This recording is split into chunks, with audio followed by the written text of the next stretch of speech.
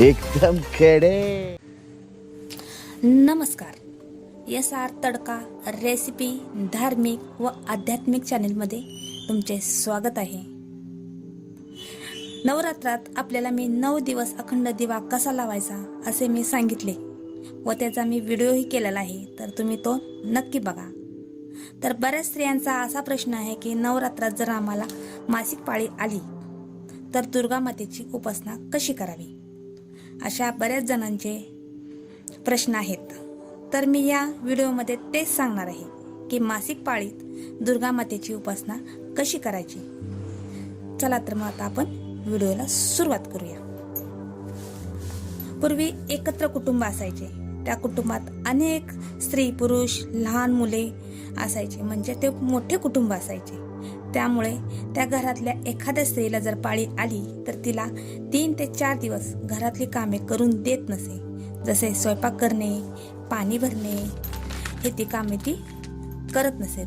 मासिक पाळी आली की ती कामे ती स्त्री करत नसे. त्यामुळे घरातील दुसऱ्या स्त्रीने स्वयंपाक वगैरे ती कामे करत असे. त्यामुळे दुसऱ्या स्त्रीने केलेला स्वयंपाक देवाला नैवेद्य दाखवला तरी चालायचा. आता मात्र परिस्थिती उलट आहे. आता सध्या छोटे कुटुंब आपल्याला बघायला मिळतात. त्या कुटुंबात एकतर नवरा बायको आणि 2 मुले आणि क्वचितच काही ठिकाणी सासू सासरे असे कुटुंब आपल्याला बघायला मिळतं. तर हे झाले छोटे कुटुंब. तर त्या छोट्या कुटुंबातल्या स्त्रीला जर नवरात्रात मासिक पाळी आली तर घरात जर दुसरी स्त्री असेल तर, म्हणजे सासू असेल तर, तिच्या हातून स्वयंपाक केला तरी चालतो व तिने तो नैवेद्य दाखवला तरी चालतो. जर ती सासू जर परगावी गेली असेल तर घरातील स्वयंपाक हा मुख्य स्त्रीनेच करावा लागणार. मात्र देवीला त्याचा नैवेद्य दाखवू नये. आता घरातील पूजा अर्चा ही घरातील ज्येष्ठ व्यक्ती म्हणजेच तुमचे सासरे जर असतील तर त्यांच्या हातून आपण पूजा करून घेतली तरी चालतील. जर सासरे जर परगावी कुठे गावाला राहत असतील तर मग तुमच्या पतीने किंवा मोठा पतीने ती पूजा केली तरी चालते. तर तुमच्या पतीने देवाची पूजा कशी करायची ते आता मी तुम्हाला सांगते. त्यावेळेस नवरात्राच्या दिवशी त्यांनी लवकर उठून आंघोळ करून घ्यावी. कोठेही न शिवता आपल्या पूजेचे वस्त्र घालून देवांची पूजा करावी व नैवेद्यासाठी बाहेरूनच विकत आणलेली मिठाई याचा नैवेद्य दाखवला तरी चालेल. नाहीतर घरातील साखर गूळ याचा वापर केला तरी चालेल. अशा प्रकारे घरातील पुरुष मंडळीने पूजा करावी. मासिक पाळी आलेल्या स्त्रीने नवरात्राचे उपवास केला असेल तर त्या उपवासामध्ये खंड पाडू नये. तिने तो उपवास सर्व नवरात्र हे पूर्ण करावेत. त्या स्त्रीने उपवास केला तरी चालतो. तसेच त्या स्त्रीने देवीची पूजा व नैवेद्य करू नये. परंतु नवरात्रात उपवास हा घरातल्या स्त्रीनेच करावा. घरातील देवाची पूजा झाल्यानंतर घरातील आरतीच्या वेळेस त्या स्त्रीने एका बाजूला उभे राहावे आरतीसाठी, पण आरतीचा प्रसाद मात्र घेऊ नये.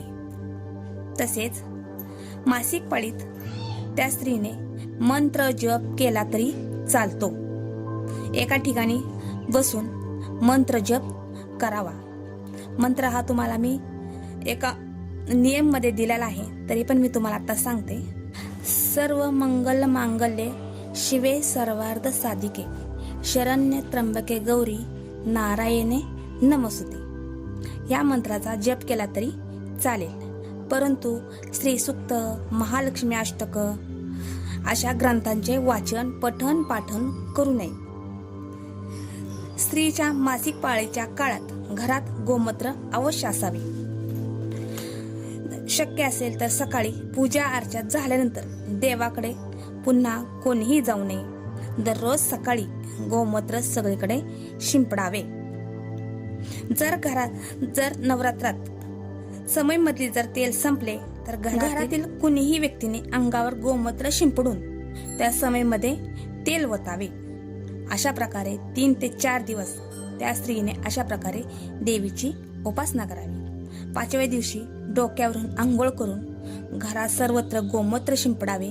नंतरच त्या स्त्रीने नित्य नियमाप्रमाणे देवीची उपासना करावी. अशा प्रकारे मासिक पाळीत स्त्रियांनी देवीची उपासना ह्या पद्धतीने करावी. तर हा व्हिडिओ कसा वाटला तो मला या कमेंट बॉक्समध्ये मला नक्की सांगा. आणि अजून तुम्हाला कोणते नवीन व्हिडिओ जर पाहायचे असतील तर तेही मला नक्की सांगा. मी त्याचेही नवीन व्हिडिओ नक्की करीन.